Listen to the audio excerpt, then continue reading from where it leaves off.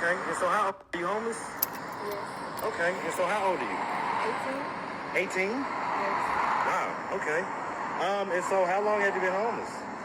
About 2 years? Since you were 16? Okay. What was it that happened 2 years ago that caused you to become homeless? I lost contact with my dad. Wow. Is that who you was living with? Okay. How'd you lose contact with him? He moved. And you don't know where he moved to? No, but he took his dog with him. Wow. So he didn't tell you where he was going, I'm assuming? No. No? Do you know his phone number? No? So what have you been doing for the last 2 years? I've been working different jobs. Who you been living with? Foundation. I live with different people in the community. Like, we all work together. Let's start from the beginning. So, where you...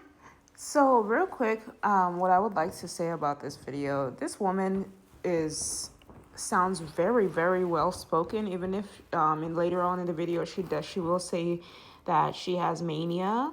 I'm gonna look up mania. I might have that too. Like I'm just a little I don't know, I don't believe I have any mania or anything, but I'm a little like I get out of my head, out of the world's head. Like I laugh to myself. So I think like she sort of reminds me of me, but it's not really like a mental illness. It's like, I mean, at least that's what I don't think.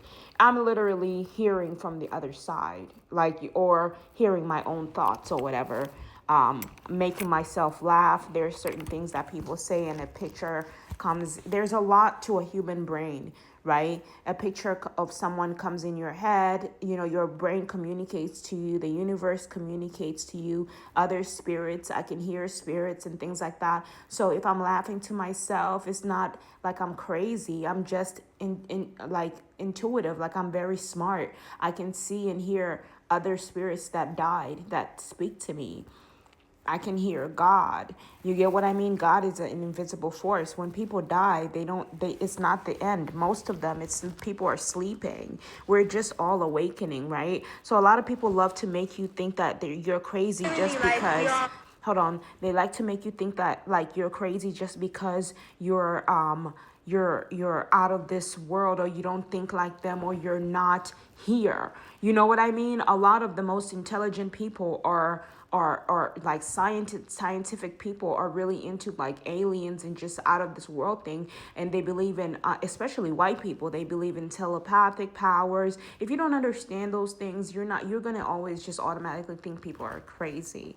And also like some people are good at hiding it, like, you know, even if they have that, they're not gonna show it because they know that other people are gonna assume that they're crazy. But when they get home, they finally can be themselves and speak to their spirits, etc., etc. Especially like white people, I'm pretty sure they do it, trust me. But black people are more like, we're just more like a lot of people that like problem, not all black people, but people that are like that have done drugs, that have been through abuse, they have a completely escaped reality, and they just mentally their escape plan is to just daze out into their own thoughts and things like that. It's a defense mechanism so a human being doesn't feel alone, right? So their spirit and their brain just starts to speak to them and entertain them. That's how I am. Like, I don't know if I'm like her, but for me, my body entertains me all the time. I think of all things that I can do. I laugh all day long to myself because there's so many hilarious things that go on in my head. You know, you're an incredible human being, and never underestimate yourself. And I love this channel because getting into this is really what I really wanted. This is really what I really wanted to get into without actually going to the streets and meeting the people, because I've already been on the streets, I've slept on the streets, but that's not safe for me. I can't keep going because half of the people on the streets, they're not clean enough for you to even approach them. At least this woman is clean, right? At least she's brushed her hair, she looks decent, she's cared for herself enough to be approachable. So if you like, a lot of times homeless people, you know, they don't have a place to charge their phones. That's why I feel like, how do you expect people to get better if you're not helping them? because half of the people are not helping themselves, right? They need in-home care providers. And when you become an in-home care provider, you almost become like a parent too, because some people, you just need to be like nurtured or carried. That's why they need to be in nurseries, in hospitals, et cetera, et cetera. They can't just, be out on the streets, because if they can't clean up after themselves, they make it extremely dangerous for drivers, for people that are passing by. This is why it's so important to clear the streets from the clear homeless people off the streets. It does not make sense for no offense to Trump, but for Trump to be a billionaire and still there is homeless people in the street. There's so many billionaires in this world. Why? They don't want to build these programs. They don't want to build housing. They don't want to take care of other people's children that are not theirs. But yet their children are eating well enough. People have taken care of your children by investing in you. And it's not like they invested in you for free. You put something out there that people loved and agreed to. But even you being able to earn money in this country, Elon Musk, being able to earn money in this country, you're still using their platform. So you're still a part of the system. So you got to help fix the system. How do you expect yourself to be a president, to be a king, if you can't fix the world issues, if you don't understand them, if you're brushing anybody off that's being careful? For instance, when I was talking to Prince William, I'm telling him, prove to me that this is really you before I spend my last dollars on you. It's like they want you to be broke, but they have a lot of money already. It's like, oh, what do you have right now? 28. Okay, they want you to spend your last, and they tell you that you in life you have to take chances and risks. It takes one more last chance and risk before you die. Do not take that chance and risk to meet someone that has not guaranteed that they're going to actually give you the money that they say they're going to give you. So he says he's going to give me $30,000. Literally. And I'm like, yeah, right. You're not going to give me $30,000. I spent 25. Once I spend that 25, that's going to be my last. That's literally targeting the Black community. They're targeting them so they can die. They're lying to them. This is what they do. They prey on Black lives, on Black brains, because they don't have a brain of their own. I need you guys. These are real vulnerable people. These are real human beings. Yes, there are some demons and some devils out there in the Black community. There are some devils in the white community as well, in the Spanish community as well. In so many communities, there are some devils. But we're here in America, and we have to fix America before going to Africa to even look at Africa. What are we going to do for the people here in America? Because there is so much abuse that's happened in the Black community that is so continuous that I don't feel safe to even be in their neighborhoods, to even help the situation, right? So let's continue a little bit more with this. Let's start from the beginning. So, where you from? Illinois. You from Illinois? What part? Bloomington. You from Bloomington, Illinois? Hey, man. Shout out that big Bloomington, Illinois, man. Shout it out. Shout out the whole state, man. All day. And so growing up in Bloomington, did you have both mom and dad in the household? Temporarily. Were you a young girl when they split? Yes.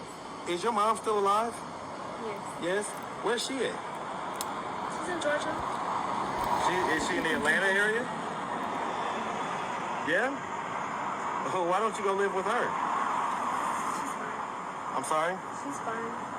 She's fine? Does she know that you're out here kind of, homeless?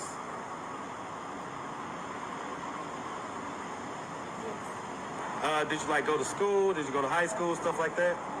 Yes. Yes? Okay. Growing up, would you say that you had a fairly normal childhood? Yes. Yes? Okay. Did you do extracurricular activities like, cheerleading, dance, anything like that? And real quick, let me say something real quick. One thing I spoke to my caseworker, Cameron, and I said, these apartment complexes should have a caseworker on board. And I know that they don't want to take on that responsibility, but they should have at least someone that's trained, because especially now that the government has made it mandatory to house people that with vouchers, it's a smart decision, business decision, to actually be ready to catch them when they fall, be ready to know what to do so that you don't get sued, because you can get sued for discriminating against them. And these are people that do have disabilities, and a lot of the people that they hire actually don't even have the skills that they say they have, and they end up abusing people like this because they know they're weak. And especially in the Spanish community, they come over here and they start targeting the Black community. This is not what I stand for whatsoever. Like I said, me myself, I do not bother myself with ignorant Spanish people. I do not know them. I don't know anything about Spanish people. I've never dated Spanish guys. I've only dated one Spanish guy. He took my virginity and he forced me to have sex with him. He didn't ask me, "Hey babe, let's have sex." He's just like, he tricked me into coming to my apartment. I was going to throw out the trash. He was really pushy. First of all, he was 20 years old. I was 16 years old. He says, come here. I hadn't even taken a shower yet. So I was embarrassed. Like, I wanted my first time to be special. I wanted to fall in love. I wanted to, at the time I wasn't like looking like for a particular type, because Evan, my first love, who was a white guy, broke my heart. And so I was like settling for like a Nelly, a guy that looked like Nelly, which my sister's boyfriend actually invited him over. Once he found out I was in love with Nelly, he invited a guy named Nelly over, a guy that looked like Nelly named Limai, over my apartment, and I completely fell head over heels in love with him. But he tried to use that guy to get to me. Like, if I didn't jack him off, he would tell my sister that I was in bed with Limai. And so I had no choice but to jack him off. So they do this to young girls. It's Black men, they do this. And maybe, I'm pretty sure they do it in the white community as well. I'm just not in the white community to even witness it, because my stepdad was white, and I witnessed him rubbing my sister's breast right in front of me. And all my sisters, because they African, they say, "Hey, we shouldn't talk about this. We shouldn't talk about any of this stuff, etc., etc. This is nobody's business." No, you have to talk about it, because then they all start acting crazy in secret. People swear to God I'm crazy, but I'm the most sane person you would ever meet. Because if I wasn't sane, I wouldn't even be bold enough to speak about these things. I know for a fact that if you don't speak about these problems, they're going to tear you down. They're going to break you and prevent you from moving forward in life. You're stuck on the street because you're sick because of your secrets. Your secrets are what are keeping you from moving forward. Ever since I started sharing my story, my life started to change. I started to get better, lighter. Of course I was under attack. Of course I had the woman that gave birth to me molesting me in the spirit, because those were her actual thoughts manifesting themselves. She threw her thoughts at me, and it was demonic spirits attacking me. This is what's going on with these girls, these little young girls. They are pimps out there that are literally like, I understand that there are worse people. Like, sometimes it's like you can't stop pimps from being pimps, except unless you become a pimp and you become better than the pimps that are actually pimping other girls out, right? So you get in there because the white people are afraid to go to the hood, so they're not helping them, because they're like, this is not our problem. We don't know what to do, right? They don't understand that these people were bought to this country, not these kids, but the Africans were bought at a price to come to this country to work for the white man and to be slaves, and they had babies, and some of these children got raped by other white people, right? And rape it happened for a reason, because you can't even explain to the Black man that doesn't speak English why he has to have the white man's baby. It's a melanin thing. It's nothing personal, nothing like I want to fuck you so bad. No, it's literally, I need your melanin to survive. That's what it was, and that's why it happened, and that's why we're here. And the argument that I have is has nothing to do with me and a Spanish person. I just want you guys to clean up, and please just be a part of the solution, because there's so many people that died in this country before you showed up, so you can be safe here in America. But when you come to America and start starting problems, and you think I'm gonna have your back, I'm gonna be like, okay, so you want to come over here and start problems with the Black community? They don't give a fuck. They will fucking go off and start war in this country. They will do it. This is one by one. And that's not what we want, especially if I have a Black daughter out there that I love with all my heart, right? So I feel like I don't know your problems. I really don't fucking care, to be honest. I don't care because I don't have time to think about your problems.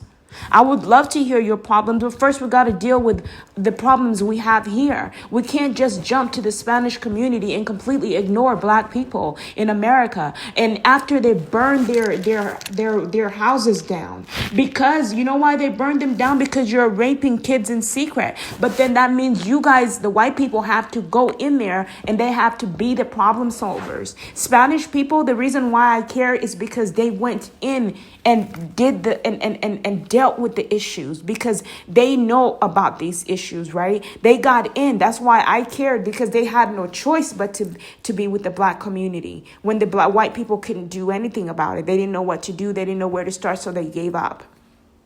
And then it's not like they gave up either. They also donated, but at the same time, there are not enough people that have the heart and care enough, to nobody wants to do the job for free. The money is there, but the training is needed. The heart is needed. Everybody is exhausted. Everybody's tired. But then you see them all running to the club. You see them all going to get drunk, all probably trying to self-medicate, self-recover, doing all this. Hold on, give me a second. Self-medicate because they too have issues as well. Like me, I'm well spoken, but I do understand that I need like my Vivitrol, my medication, and I also come from a world of when I was an escort, a dancer, a prostitute, those were the solutions. That's how I survived. So everywhere I go, I took that with me. Everywhere I go, if it was time to shake my ass, I was like, it's no problem, because shaking my ass and taking my pants off saved my life. I was like, I'm not about to sit here and fight a man over some pussy. I'm not about to have a man put a gun to my head because I don't want to give up no pussy. And you do have to be careful because, that man could have a disease or something. All you have to do is be nice. Hey, sweetie, can we use a condom? That's what I did to the rapists, to the guys that wanted to have sex with me. I would be like, hey, can we just have a condom? Can we just use a condom? I would try to talk him out of it and be like, I don't really like big dicks. It's a black guy. And it's like, oh, my dick is not big. I was like, oh God, so what do I say now? And then I would say things like, oh, well, what did I say? I just kept saying my ex-boyfriend, Tyler, who was a white guy. I was like, Tyler, because I'm really wishing and hoping he would save me, because I was taking his place on that cross. Like, he was the one that they wanted to rape, and I ended up taking his place and got raped instead because I actually had a vagina.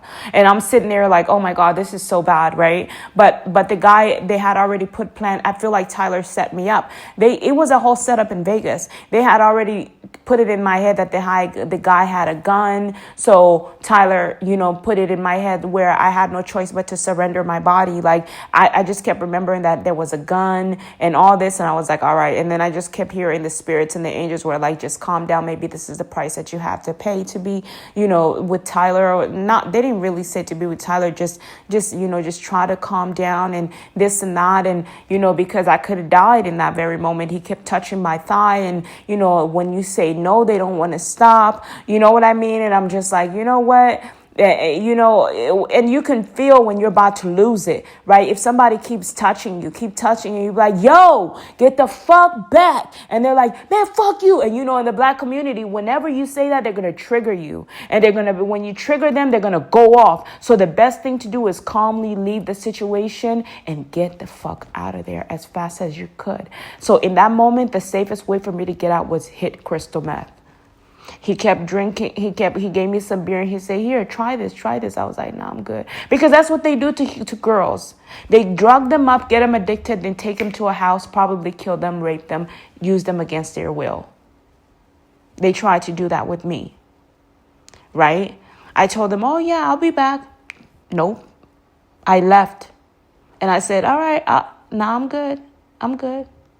I'll see you later. I never went back. Do you know how long it took me to get back to normal, to be sober again? And I feel like Radius just did not understand that. They didn't want to understand that because in the world of business, they don't have time to try to understand people that are struggling.